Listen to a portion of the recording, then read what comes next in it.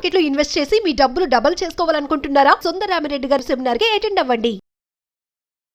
నమస్తే, welcome to Suman TV. Present మనతో పాటు ఉన్నారు బిజినెస్ అనలిస్ట్ నందూరి రవికుమార్ గారు. నమస్తే సార్. నమస్తే సార్, ఐటీ లే ఆఫ్స్ గురించి మనం చాలా వీడియోలో మాట్లాడుకున్నాము. అయితే ఐటీ లే ఆఫ్స్ అంటే అక్కడ ఏఐ వల్ల ప్రభావం పడి ఉద్యోగాలు పోతున్నాయని అదొక ఎత్తు.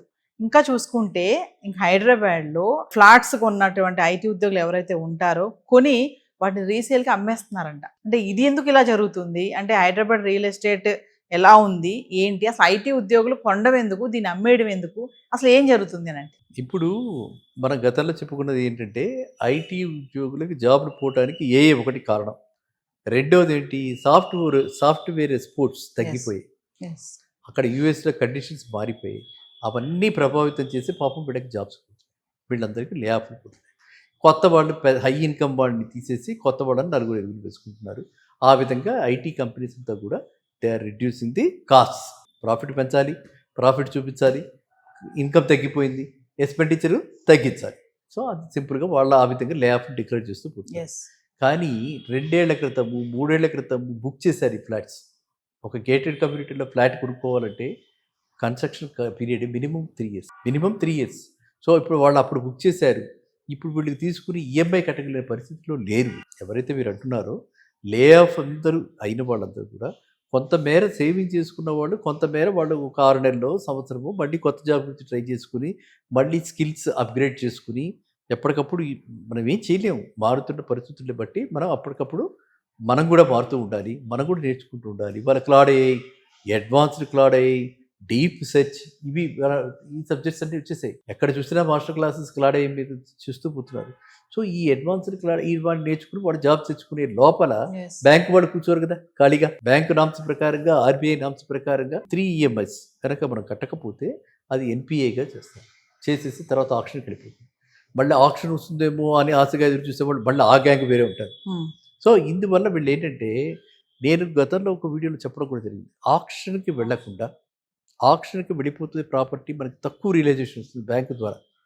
కాబట్టి బ్యాంకుతో కోఆపరేట్ చేసి మీకు మీరుగా దాన్ని ఎవరో ఒక బయ్యర్ని చూసుకుని అమ్మేయండి.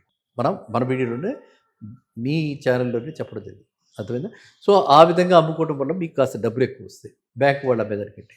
ఇదే పద్ధతిలో ఇదే తరహాలో చాలామంది ఎంప్లాయీస్ ఏంటంటే, నీకు జాబ్ ఇప్పుడే రాదు, వచ్చినా ఇంత హై పేయింగ్ శాలరీ రాదు. 2 లక్షల జీతం వచ్చేవాడికి వాళ్ళు మళ్ళీ 2 లక్షల జీతం రావాలంటే కష్టం కాదు. ఎట్ ది సేమ్ టైం 2 లక్షల జీతం వచ్చేవాడికి, అందుకే ఇప్పుడు చాలా పెద్ద ఇదేంటంటే మానసిక క్షోభ, సైకాలజికల్ ఎఫెక్ట్ చాలా ఎక్కువగా ఉంటుంది. 2 లక్షల జీతం వచ్చేవాళ్ళు ఖచ్చితంగా మళ్ళీ 2 లక్షలు తక్కువకు పెడితే వాళ్ళకంటే జూనియర్స్ దగ్గర పనిచేయాల్సి వస్తే, ఇలా చేతులు కట్టుకు కూర్చోవాల్సి వస్తే వాళ్ళు ఎంతో నిరాశకి, వాళ్ళు ఎంతో దానికి మానసిక వ్యధకి గురవుతున్నారు అన్నమాట. తీవ్రమైనటువంటిది. అంటే మనం అది మనిషికి ఉన్న సహజమైన నేచర్. చెప్పడం ఈజీ, అలా ఫీల్ అవ్వకూడదండి, అది ఓకే యాక్సెప్ట్ చేయాలి. కానీ ఇట్స్ వెరీ డిఫికల్ట్. మనకంటే జూనియర్, మనకంటే ఇంకాంపిటెంట్, 2 ఉంటాయన్నమాట. ఇంకాంపిటెంట్ వాడు జూనియర్ అయ్యి మనకంటే కాంపిటెంట్, నాలెడ్జ్ లెవెల్స్ బాగుండి చక్కగా ఏఎం నుంచి ఐఐటి నుంచి, లేకపోతే ఎక్కడో బాగా చదువుకుని బ్రిలియంట్ బాయ్ అయ్యండి, అక్కడి నుంచి ఐఐటి ఐఎంఏ అక్కడ బ్రిలియంట్ బాయ్స్ అక్కడే రావచ్చు కదా, ఉంటే పర్వాలేదు, యాక్సెప్ట్ చేసేస్తాం. కానీ మనమే వాడికి నేర్పాలి ప్రాసెస్కి. ఈ పరిస్థితుల్లో ఉన్నారు వాళ్ళు. చాలామంది ఐటీ ల్యాబ్ పిల్లలు చాలా మాట్లాడుతుంటే, ఇంటరాక్షన్స్లో ఎక్కడికి వెళ్ళిన మీటింగ్లో చూస్తుంటే they are frustrated for various reasons. అంటే ఈఎంఐలు కట్టుకోలేక అమ్మేస్తున్నారా సార్? ఈఎంఐలు కట్టుకోలేక, ఆక్షన్కి వెళ్లకుండా. ఇంపార్టెంట్ అది. ఆక్షన్కి వెళ్ళిందంటే ఏమవుతుంది, 10 మందికి తెలుసు. అర్థమైందా? మీరు గతంలో సలహా ఇవ్వటం కూడా జరిగింది, మీరు ఎప్పటికప్పుడు ఈ ఆక్షన్స్ జరుగుతూ ఉంటాయి, ఈ ఆక్షన్స్ చూసుకుంటూ ఉండండి. మీకు గోల్డ్ కావాలన్నా చూడండి, వెహికల్ కావాలన్నా చూడండి, హౌస్ కావాలన్నా, ఇల్లు కావాలన్నా చూడండి, ఏది కావాలన్నా అది చూసుకుంటూ ఉండండి. నేనే చెప్పడం జరిగింది. సో అందుకంటే అది అక్కడ మనకి కొంచెం సేవింగ్స్ ఉన్నాయి కాబట్టి ఆ విధంగా చూస్తూ ఉంటే అది ఒక ఆస్పెక్ట్. రెండో ఆస్పెక్ట్ ఏంటి, మన పేరు 10 మందిలో నలుగుతుంది కదా, అందరికీ ఎందుకు తెలియాలి? బలన్న వ్యక్తి అమ్మేస్తున్నాడు అని ఎందుకు తెలియాలి? సొసైటీలో కొంచెం ఒక కైండ్ ఆఫ్ సర్కిల్ ఉంటుంది. ఆ సర్కిల్లో కొంచెం బిలో డిగ్నిటీగా, బిలో ప్రెస్టీజ్గా ఫీల్ అవుతాం కదా, అవుతాం లేదా?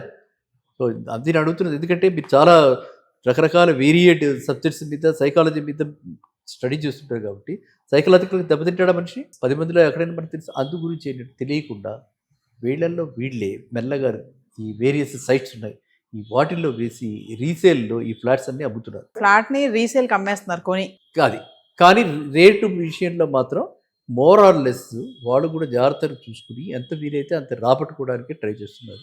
సో దట్ బ్యాంక్ లోన్ కట్టేశాక వాళ్ళు కొంత ఇన్వెస్ట్ చేశారు కదా, ఆ డబ్బులకి రిటర్న్స్ కొంత వస్తాయి. అవేవో ఉంటే వీళ్ళు ఉద్యోగాలు తెచ్చుకునేదాకా, ఉద్యోగం రావాలంటే సంవత్సరం పట్టచ్చుగా, ఆ సంవత్సరం లోపల మీరు చదువుకోవాలి, ఆ సంవత్సరం లోపల సర్వైవ్ అవ్వాలి. అందు గురించి వీళ్ళలాగా వేరే దీంట్లో చూస్తారు. Thank you sir.